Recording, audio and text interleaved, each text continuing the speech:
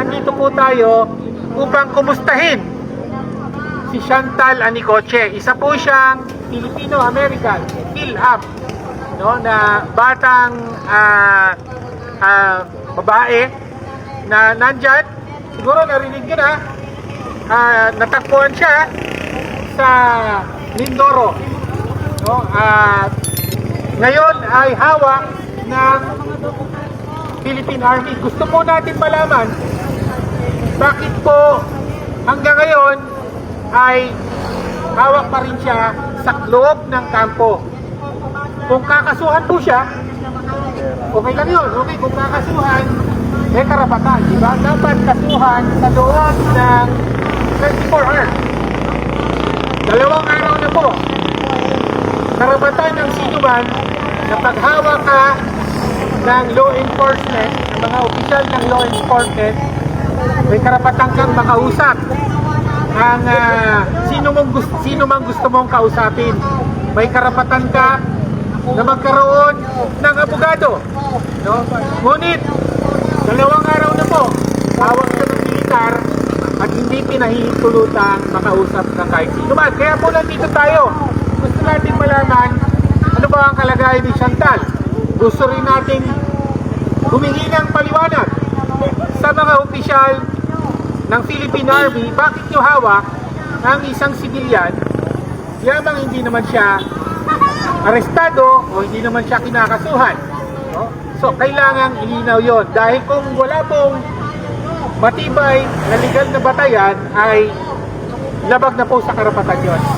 Hindi pwedeng hawakan ng sino man, lalo pa sa kampong militar, no? Hindi pa nga ito presinto ng pulis, diba? Kung arestado, dapat ang nag-aaresto ay pulis at ikaw ay ipipiit sa presinto, hindi sa kampo ng militar. So may malinaw na kailangan pong ipaliwanag kaugnay sa pagrespeto sa karapatan ni Chantal Anicoche. Ngayon, pangatlong punto. Gusto lang po natin may paliwanag. Bakit po ba? Siguro nagtatanong kayo, bakit ang isang PhilAm na katulad ni Chantal Anicoche ay natagpuan sa kabundukan ng Mindoro? Anong ginagawa niya ron?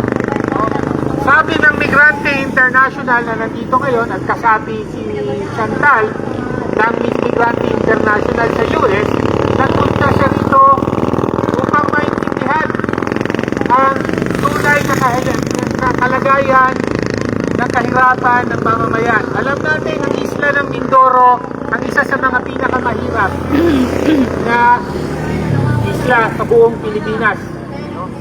Alam din po natin, nalantad na po na isla ng Mindoro, isa sa mga pinagbuhusan ng Ghost Flood Control Projects. Alam natin yan.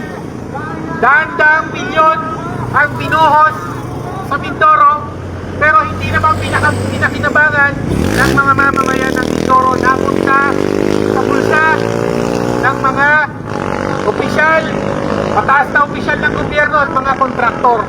Napunta sa bulsa nila.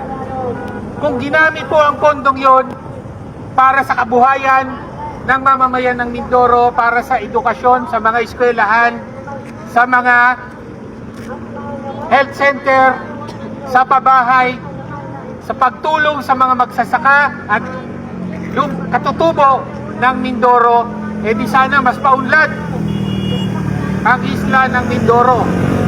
Mga mamamayan po ng Mindoro ang isa sa pangunahing biktima ng pantarampok ng flood control. At ngayon nagtataka tayo bakit may mga rebelde sa Mindoro. Ito rin po ang dahilan kung bakit nandun si Chantal, dahil nagmamalasakit po siya sa mga kapwa niya Pilipino. Dahil sa isang Filipino-American, gusto niyang maintindihan ang kalagayan doon, no? Ang solusyon po kung bakit may nagre-rebelde ay hindi ang pambobomba at militarisasyon. Ang solusyon, ikulong ang mga korap, panagutin ang mga nagnanakaw sa taong bayan, panagutin ang mga dahilan ng tunay na kahirapan, ang tunay na dahilan ng kahirapan, no? Kaya nga po sinasabi natin, ang tunay na solusyon ay usapang pangkapayapaan para masolusyonan ang mga ugat ng kahirapan, hindi ang militarisasyon. So sana po ay naunawaan ng mga narito ngayon bakit tayo nandito, no? At bakit makatwiran ang panawagan natin para sa kalyat na pagpapalaya kay Chantal Anicoche at higit pa ron, no? Ang panawagan para panagutin ang mga nandarambong sa mamamayang Pilipino, panagutin ang mga tunay na dahilan kung bakit naghihirap ang nakararaming mga Pilipino. Maraming salamat po. Magandang tanghali. Mahalin mo ang Pilipinas, pag nawa